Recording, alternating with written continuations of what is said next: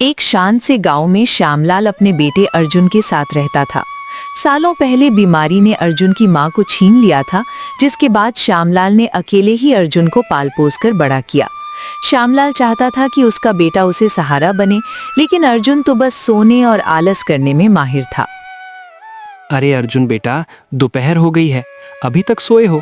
मैंने सुबह कहा था कि कुछ बर्तन पड़े हैं, उन्हें साफ कर देना, पर तुम तो अपनी नींद से ही बाज नहीं आते। ओहो बाबा, आप भी ना। मुझे लगा अभी तो सुबह ही हुई है। आप चिंता क्यों करते हैं, मैं अभी कर दूंगा। आप जाइए जमींदार के खेत पर, वरना वो फिर गुस्सा करेंगे। बेटा, अब इस शरीर में जान नहीं बची। मैंने जमींदार को मना कर दिया है। अब घर का गुजारा तुम्हें ही करना होगा। मेरी हड्डियां अब जवाब दे चुकी हैं। पिताजी, आप सीधे क्यों नहीं कहते कि आपको मेरा सोना पसंद नहीं? आप झूठ क्यों बोल रहे हैं कि आप काम नहीं कर सकते? तुम्हें मेरी बात झूठ लगती है? बाहर निकल कर देखो, लोग ताने मारते हैं कि कैसा निकम्मा बेटा पाल रखा है। जिस दिन मैं मर जाऊंगा, उस दिन तुम्हें मेरी बातों की कीमत समझ आएगी। पिता की बातें अर्जुन को चुभ गईं। वो गुस्से में घर से निकलकर जंगल के एक पेड़ के नीचे जाकर बैठ गया। ये गांव वाले भी ना पिताजी को भड़का देते हैं। अगर मैं थोड़ा आराम कर लूं तो क्या पहाड़ टूट जाएगा। खैर, अभी तो थक गया हूं, थोड़ा सो लेता हूं। अर्जुन सो जाता है। तभी वहां से एक संत बाबा गुजरते हैं और उसे जगाते हुए बोलते हैं, उठो मूर्ख, इतने हट्टे कट्टे होकर भी आलसियों की तरह दिन भर सो रहे हो। क्या तुम्हें जीवन का कोई उद्देश्य नहीं पता? बाबा, आपको क्या समस्या है? घर पर पिता नहीं सोने देते हैं, यहाँ आप आ गए। मुझे शांति से रहने दीजिए। बेटा, मैं तुम्हारा दुश्मन नहीं, तुम गलत राह पर हो। याद रखना, तुम पर बहुत बड़ी मुसीबत आने वाली है। अगर अब भी नहीं संभले तो भारी कीमत चुकानी होगी। जाइए बाबा, मुझे मत डराइए, मैं देख लूंगा। अर्जुन ने बाबा की चेतावनी को अनसुना कर दिया, लेकिन समय अपनी चाल चल रहा था। कुछ ही दिनों में श्यामलाल की हालत इतनी बिगड़ गई कि वो बिस्तर से उठ भी नहीं पा रहा था। घर में ना अनाज बचा ना पैसा। अर्जुन बेटा, शायद अब मेरा वक्त आ गया है। अपना ख्याल रखना। याद रखना, काम कोई छोटा बड़ा नहीं होता। इंसान की सोच छोटी बड़ी होती है। नहीं पिताजी, मैं आपको कुछ नहीं होने दूंगा। मैं आपको अभी डॉक्टर के पास ले चलता हूँ। अर्जुन अपने पिता को लेकर अस्पताल जाता है और डॉक्टर अर्जुन को बताते हैं, अर्जुन, इनकी हालत बहुत गंभीर है। फौरन ऑपरेशन करना होगा, वरना इन्हें बचाना मुश्किल है। इसके लिए तुम्हें 50,000 रुपए जमा करने होंगे। 50,000 रुपए? डॉक्टर साहब, इतने पैसे मैं कहाँ से लाऊंगा? कृपया कुछ समय दीजिए। मैं कुछ दवाइयाँ दे देता हूँ, जिससे इन्हें कुछ दिन आराम रहेगा, लेकिन जितनी जल्दी हो सके पैसों का इंतजाम करो। अर्जुन टूट चुका था।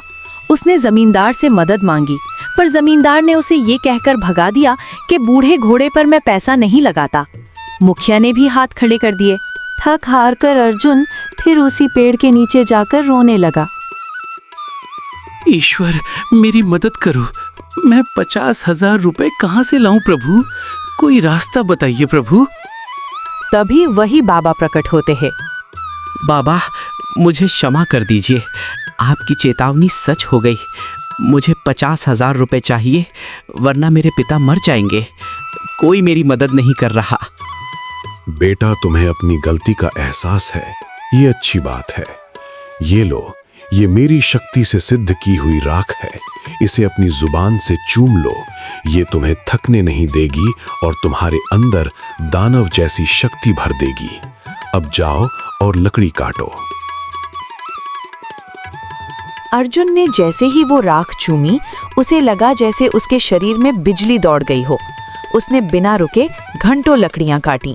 देखते ही देखते उसने इतनी लकड़ी काट ली कि बाजार में बेचकर उसे 6,000 रुपए का मुनाफा हुआ।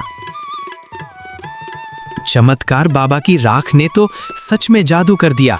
अब मैं और मेहनत करूंगा। अगले कुछ दिनों तक अर्जुन पागलों की तरह मेहनत करता रहा।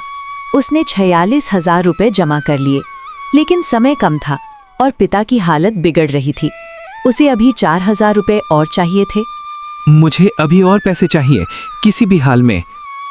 अर्जुन फिर से जमींदार के पास मदद मांगने गया। आओ अर्जुन, सुना है आजकल बहुत बड़े मेहनती बन गए हो, क्या चाहिए? पैसे?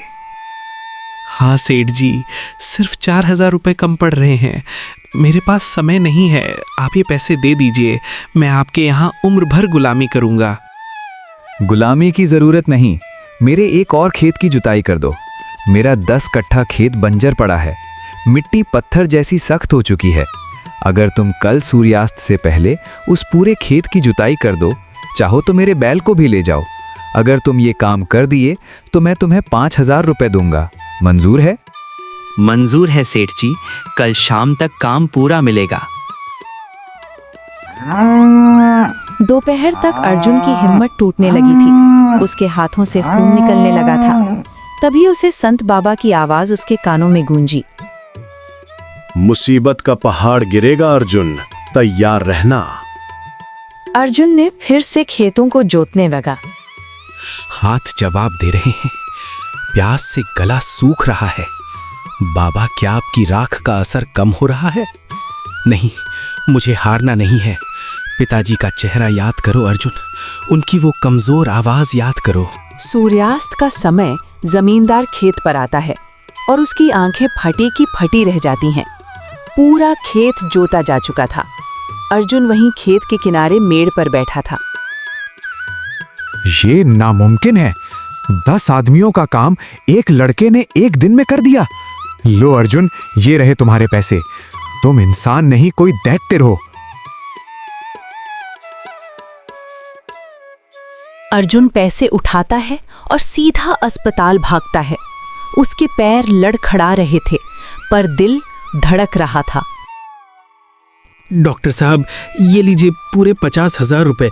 अब मेरे पिता को बचा लीजिए, देर मत कीजिए। शाबाश अर्जुन, तुम्हारी मेहनत रंग लाएगी। हम अभी ऑपरेशन शुरू करते हैं। ऑपरेशन शुरू की जाती है। कुछ समय बाद डॉक्टर मुस्कुराते हुए बाहर आते हैं। बधाई हो अर्जुन, ऑपरेशन सफल रहा। तुम्हारे पिता अब खतरे से बाहर हैं। सच कहूं तो उनकी जीने की इच्छा और तुम्हारी मेहनत ने चमत्कार कर दिया। अगर तुम थोड़े भी लेट होते तो हम उन्हें खो देते। आपका बहुत शुक्रिया डॉक्टर साहब, क्या मैं उनसे मिल सकता हूँ? कुछ दिनों ऐसे ही बीत जाते हैं। अब अर्जुन अपने पिता को लेकर घर आता है।